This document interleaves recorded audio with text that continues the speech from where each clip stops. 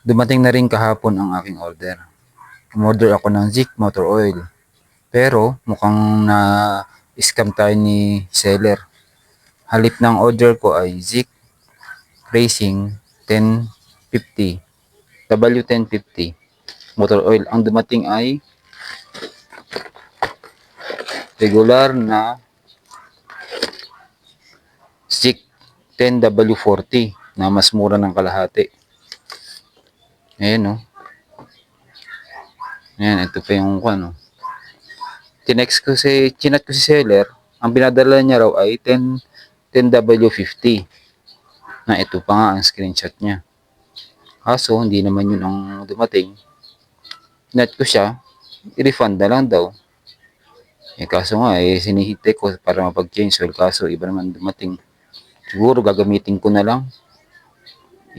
Babad review ko na lang siya. Oh. Official store pa number. Pero ito naman, mali naman ang kanyang pinadala.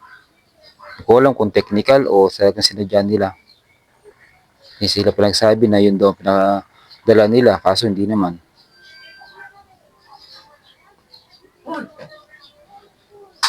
Kayo guys, na-try nyo bang umorder sa shop na yun? Yan o guys, ingat-ingat kayo sa pagbili sa online. Minsan sila na rin mga problema. Kaya huwag kayo order ng basta-basta. Kung mayroong physical store na lang. Para iwas bogus, iwas scam.